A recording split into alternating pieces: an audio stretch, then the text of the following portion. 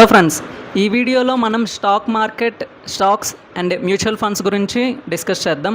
ఏంటంటే నేను వీటి గురించి ఒక చిన్న స్టోరీ రూపంలో చెప్దాం అనుకున్నా. అసలు మ్యూచువల్ ఫండ్స్ అంటే ఏంటి, స్టాక్స్ అంటే ఏంటి, దానికన్నా ఈ చిన్న కథలో అసలు వాటి రోల్ ఏంటనేది మీకు క్లియర్గా అర్థమవుతుంది. నేను ఎక్కువ టైం ఏం తీసుకోను, చాలా సింపుల్గా చెప్తాను.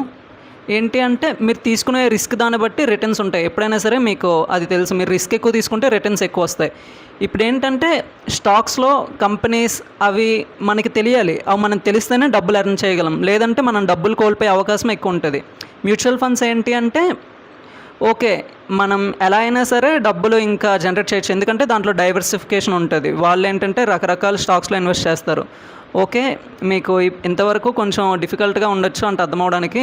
ఇప్పుడే స్టోరీ ఏంటంటే మీకు ఒక తెలిసిన నమ్మకమైన వ్యక్తి ఉన్నాడు, మీ దగ్గర డబ్బులు ఉన్నాయి, అతనికి డబ్బులు ఇస్తే మీకు ఖచ్చితంగా వచ్చేస్తాయి, కాకపోతే అతను తక్కువ రేటుని ఇస్తాడు.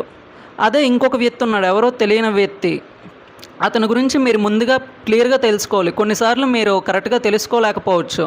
అలాంటి వ్యక్తికి ఒకవేళ డబ్బులు ఇస్తే మీ డబ్బులు వచ్చే అవకాశం కొంచెం తక్కువ ఉంటుంది, కానీ తెలిసిన వ్యక్తికి ఇస్తే తక్కువ డబ్బులు ఇస్తారు. ఇందులో మీకు తెలిసిన వ్యక్తి ఏంటి, కొంచెం నమ్మకమైన వ్యక్తులు ఏంటంటే మ్యూచువల్ ఫండ్స్ అనుకోవచ్చు.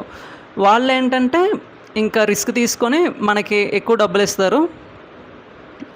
మనకి డైవర్సిఫికేషన్ చేస్తారు కాబట్టి మనకి ఖచ్చితంగా లాంగ్ టర్మ్లో మనకి కొంచెం ఎక్కువ డబ్బులు వచ్చే ఆస్కారం ఉంటుంది. స్టాక్స్ ఏంటంటే మీరు పూర్తిగా ఫండమెంటల్ అనాలిసిస్ లేదా టెక్నికల్ అనాలిసిస్ అన్న అనాలిసిస్ చేయాలి.